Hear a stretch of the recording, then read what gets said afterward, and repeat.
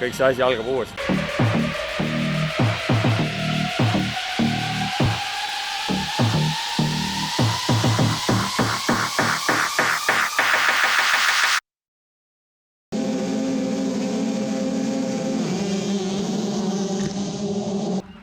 Aigar, palju õnne.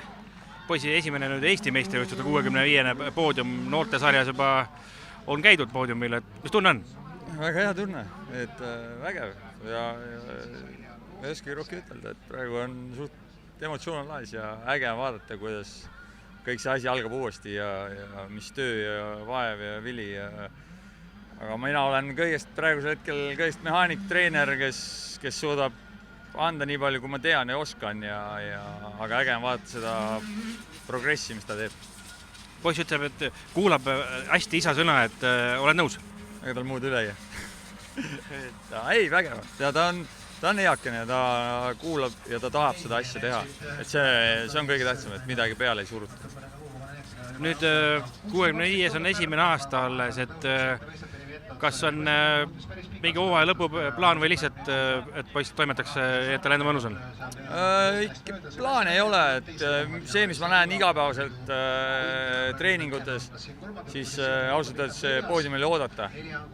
Aga kuna ta on veel 8-aastane ja võistleb 12 aastaga, siis tahad ei taha, ta ikkagi alateadvuses kardab suuremaid aga järjest üha enam ja enam saame tugevamaks ja kogenumaks ja äge vaadata lihtsalt, et see on äge. Mis su enda plaanid on, et jätkad ainult poisi treenimisega või nagu näha on, et edu toob, et võtad vähe suuremad ette? Jaa, poisi pärast peab isegi lähen ülikooli septembrist ja täpselt samamoodi sporti õppima, mis oma poisi peal proovida ja rakendada neid asju ja kindlasti mööda külge midagi maha ei jookse. Ja äge ongi, samas mina elan selles hetkes ja ega iial ei tea, lihtsalt jalad maas, teha seda, mis meile meeldib ja vaadata päev-päeval. Et seega siin mingeid kindlasti meil on oma eesmärgid, aga jalad mööda maad ja ajame oma asju, see on kõige tähtsam. Mida seal oleks öelda teistele krossi mammadele, papadele, kes oma noori treenivad ja raja ääres utsitavad? Mis oleks sinu sõnum nendele? Nautige seda, mis te teete ja on mustad päevad, on head päevad, on väga ägedad päevad ja on ka väga-väga halvad päevad, aga proovige nendest hetkedest need ägedad emotsioonid välja võtta ja suruge need halvad maha ja lõppkokkuvõttes poisid niikuinii annavad endast maksimumi. Vahet ei ole, mitmendad nad on, et lihtsalt nautige seda hetke ja selle ala juurde käib sa pead nautima seda ala, teistmoodi see asi ei tööta. No nii, Lukas, elu esimene 65 poodium käes ja oma esimesel 65. aastal, et mis tunne on? Hea, aga kvalifikatsioon läks mul hästi, sain viimane ring, sain 3. koha kätte ja siis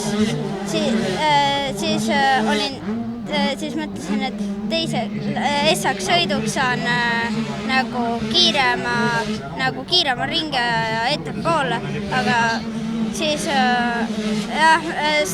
mul läks start väga hästi ja siis teises kurvis mingi keerati mulle ette, siis ma panin peaaegu kukkusin ja siis jäin 4.